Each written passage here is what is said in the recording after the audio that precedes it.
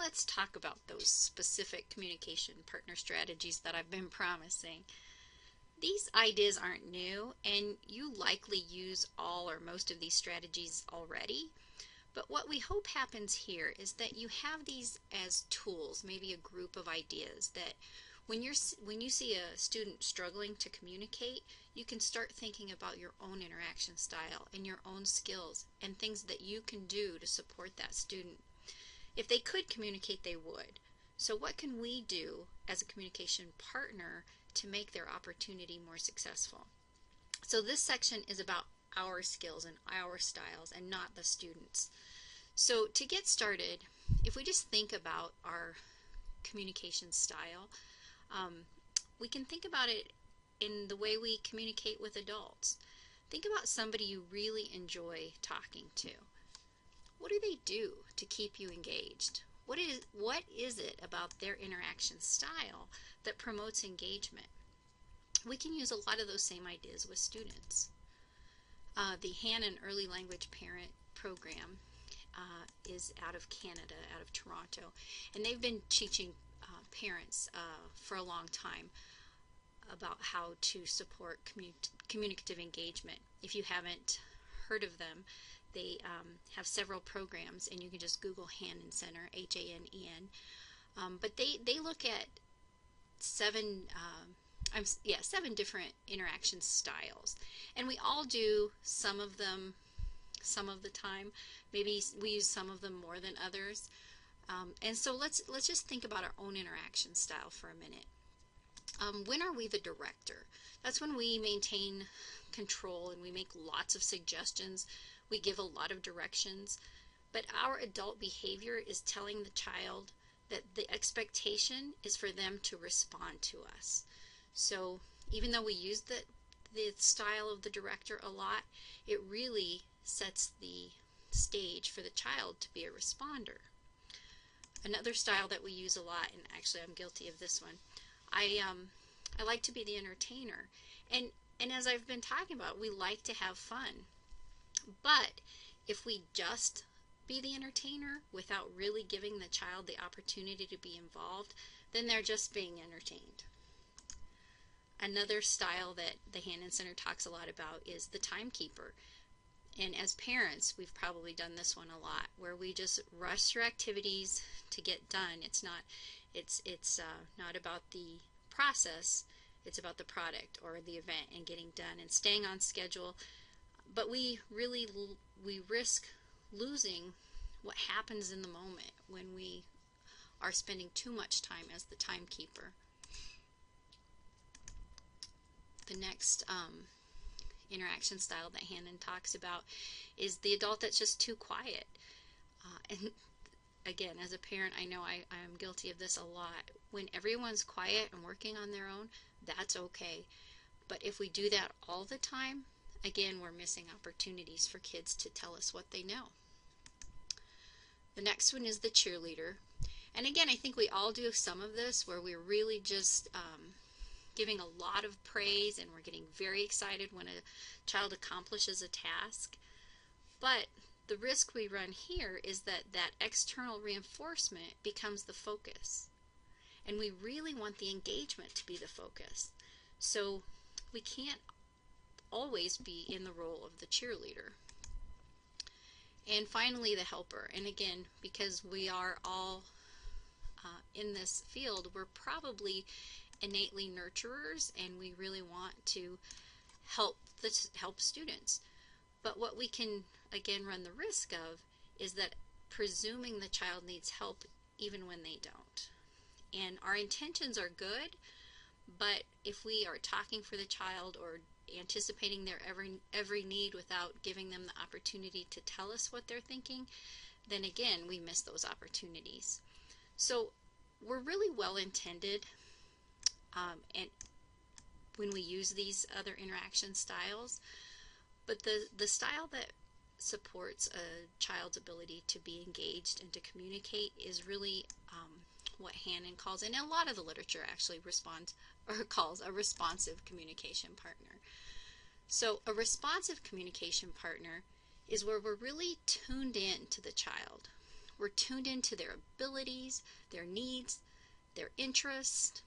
We expect them to take a turn, and we encourage engagement with that high expectation. So as we talked about before, we really craft our turn in a way that promotes their turn. So we listen, we watch, we follow their lead. A responsive communication partner is probably one of the most difficult of these interaction styles, and some people are more innate in this style, and some of us really have to work at it. So strategies that help us be a responsive communication partner are things like, as I mentioned before, just following the child's lead.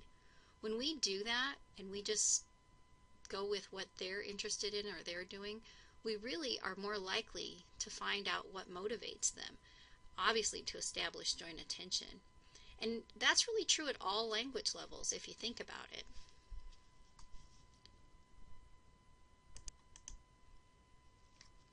Even when we talk to adults, if we follow their lead and we share control, it's easier to stay engaged. The next strategy that I think is really difficult for all of us is wait. Wait time is hard. If we wait too long, we might lose the child and the interaction's over. But if we don't wait long enough, we might have missed an opportunity for a kid to say something or take that turn. So it really is important to have that relationship where you know how long to wait. Proximity is easy. That's just letting the student know you're in there with them. I almost always get down on eye level when I'm talking to little people, but you have to think about proximity for older students as well. And again, students with autism really need that information on how close to be and what are we doing to let the other person know that we're in this interaction with them. Imitation is also an easy in. If somebody repeats what you do or say, it lets you know that they heard you, and again, that we're in this interaction together. Repetition, so it's not like imitation, it's actually repeating ideas and information. So we might turn the water on, and we put our shoes on, and we turn the lights on, and we put the peanut butter on the bread. So we can repeat ideas to give kids more familiarity and be more comfortable with the language. But we can also repeat conversations, and we're going to talk later about routines. But repetition of ideas and information is really comfortable for kids. If you think about it, there's lots of literature out there, and I don't have an exact citation, so if somebody comes up with that, I will be so happy. But I've read it in past where kids will read their favorite story 200 times or watch their favorite show over and over and over, and we've seen that with our kids because they need to become comfortable with the information and then build. They can't take everything in at once, so then new information can build on information that's already meaningful for them. The next one I want to talk about is questions. As adults, I think we overuse questions with kids, and that's fair. I mean, it's not fair. It's understandable because if we ask a question, we're almost certain that that student will take a turn. So if we're thinking about crafting our turn so that the student takes a turn, a question is it's an easy strategy. But the thing we want to do is not overuse questions. We want to use questions to the same degree that we use other functions of communication. If we think about adults we like to talk to, do we like to talk to someone who just bombards us with questions? And what is a fair question? I think if we're going to use a question, we really have to formulate the question in a way that the student can realistically answer it. Because we always want to keep our students successful. And if we ask them a question that is just too difficult, we've really sabotaged the interaction. And we only want to ask a question when we expect an answer. And finally, the other easy strategy is one we've kind of talked about before, and that's using humor or animation or whatever positive emotion or idea that we can bring to the interaction to help build that intrinsic love of engagement. So as we were talking about earlier, we don't want to be the entertainer, but we all like to be engaged in a positive interaction where there is some humor or even just animation, like intonation and excitement in your voice. And the first idea in modeling is our ability to model nonverbal behavior. You know, we actually use much more nonverbal communication than verbal. And if you're nonverbal and your verbal messages don't match, your nonverbal message will override your verbal message every time. So nonverbal communication is very powerful, and we want to help our kids understand that. So here, take a look at what I mean.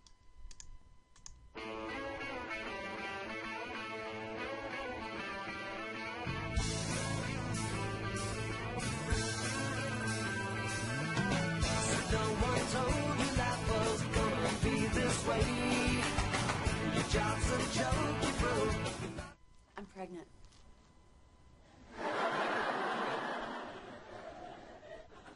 And you're the father, by the way? You got it.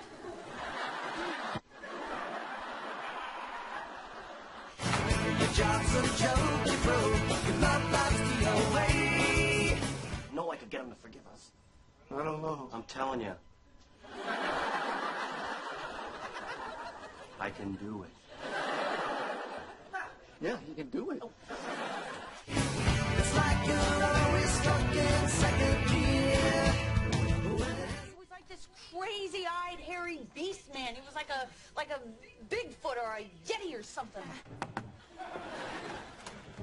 Hi, just so you know, we didn't mean to fog you. We actually thought you were like a Yeti or something. Hi. So you like the short hair better? What? Yeti? Danny? When it hasn't been your day, your week, your month, or even your year, but... Phoebes? Hello? I'll be there for you. I'll be there for you. I'll be there for you. If you two are happy, then I'm happy for you. I'm fine. Really? Absolutely. I'm fine. Totally fine. I don't know why it's coming out all loud and squeaky, because really, I'm fine. I'll be there for you. 'Cause you're there for me too. Joe?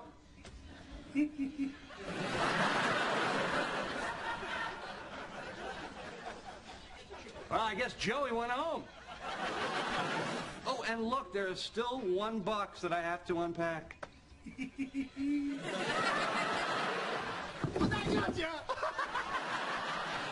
Oh, my God. You almost gave me a heart attack. Oh, Still in bed at 10 and work again at 8. my best friend and my sister. I cannot believe this. Sorry, but it's true. I love him too. My best friend and my sister. I cannot believe this. Burned your breakfast so far. Things are going great.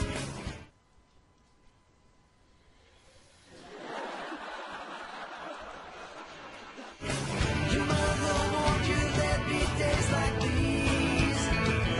Let's put aside the fact that you accidentally picked up my grandmother's ring and you accidentally proposed to Rachel. When people do this, I don't really know what that means. I'm sorry.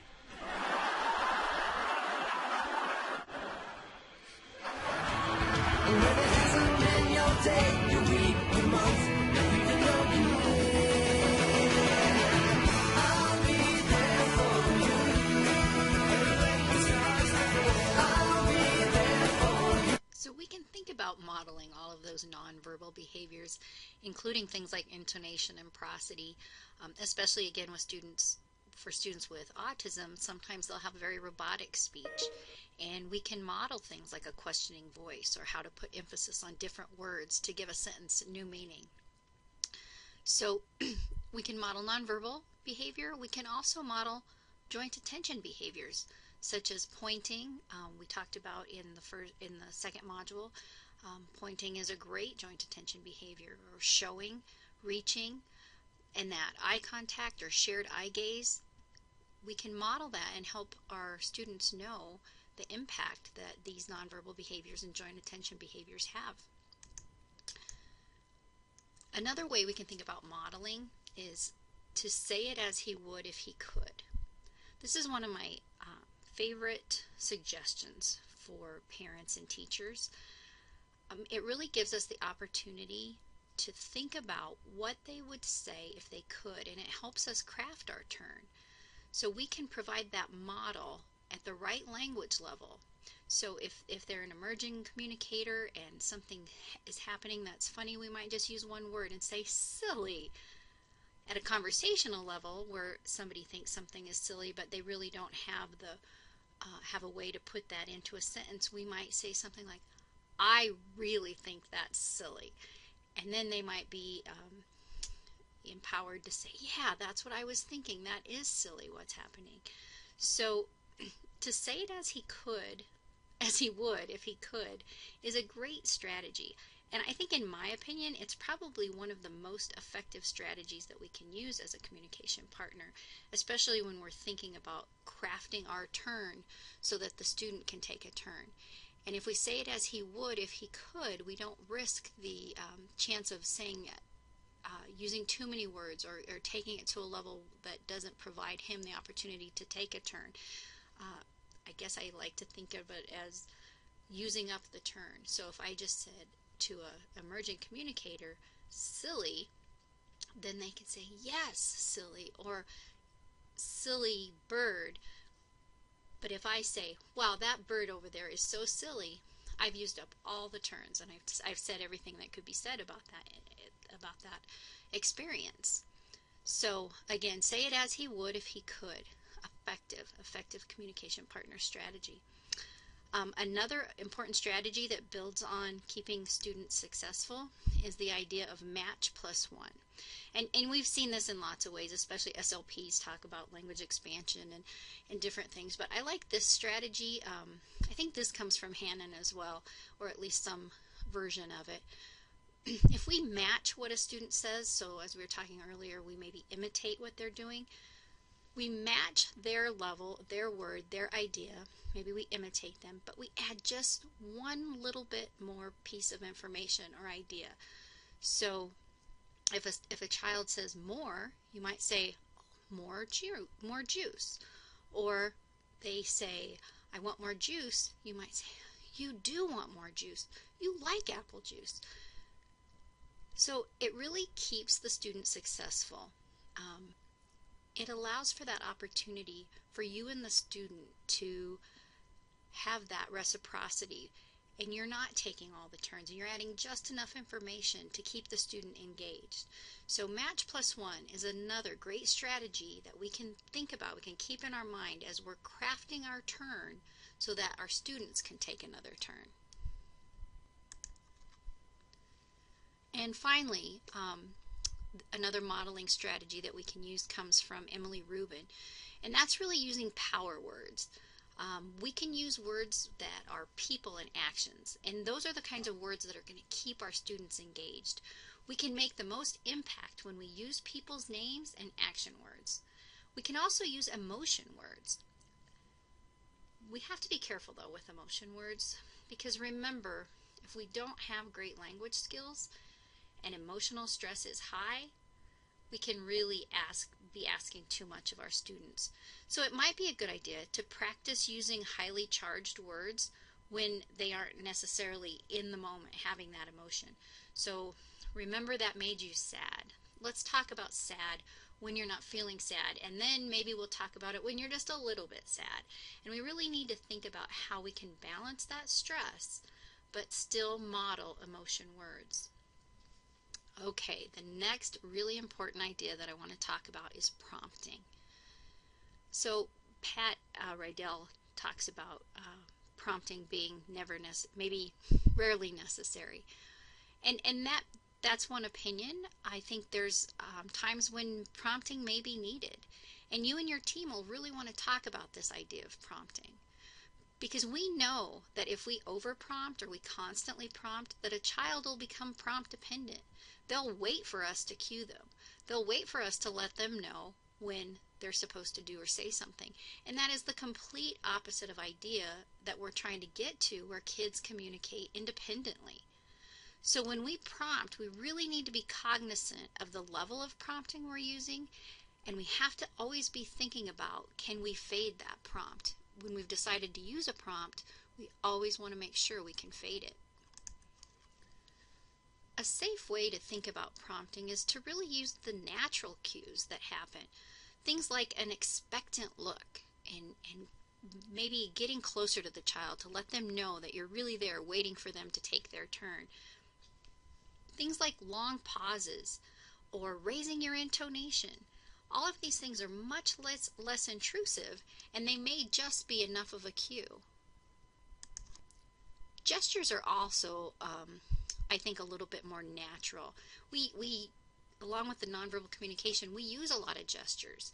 And when we think of joint attention behaviors like pointing and showing, those are very natural gestures that we can model for kids. But they can also serve as a prompt, and we need to be really aware of when we're giving those kinds of prompts.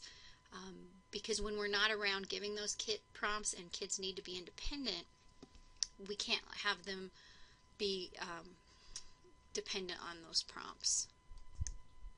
Verbal prompts are the most used probably, and I think the type of prompt that we need to be most aware of. We model, when we were talking about modeling, we talked a lot about modeling verbal turns, and that in itself can be a prompt. And I think it's a much more natural way to suggest that a child take a turn. So when you say something paired with an expectant look, then you're really helping that child know that you're expecting them to take a turn, and that really is a prompt. If a child is enjoying the cookies and you say, "I like cookies," and look at them expectantly, you really are trying to elicit a comment from them. The thing we don't want to do, though, is to tell the child what to say. If they are looking like they enjoyed the cookies and we say to the student, say, "I like cookies," then they really are, we've taken all their power, we've taken all the control. And you know, it's likely that they liked the cookies, but what if they're just really hungry and they don't like the cookies, and now we've just labeled something incorrectly for them? So I think we have to be so careful not to use a lot of verbal prompts and really think of it differently when we're modeling verbal behavior, to do it in a way that we're not telling the student what we think they should be saying. Also, when we think about fading prompts, think about how difficult it is to fade a verbal prompt. You can't really just say part of the prompt. If you have a gestural prompt, a physical prompt, any of the other prompts we've talked about, they're much easier to fade out. But a verbal prompt is kind of either there or not. So it doesn't have that level of support that the other more natural prompts have. Now you're going to practice thinking about all these many strategies that you can use as a communication partner. So first you're going to watch Kim talking to some young adults, and using that communication partner checklist, just go down the list and try to identify strategies that Kim is using. And then do the exact same thing watching me. I'm interacting with an emerging communicator and also using many of the strategies that we've just talked about. I think you'll be able to find at least 5 from each of us. All right, good luck.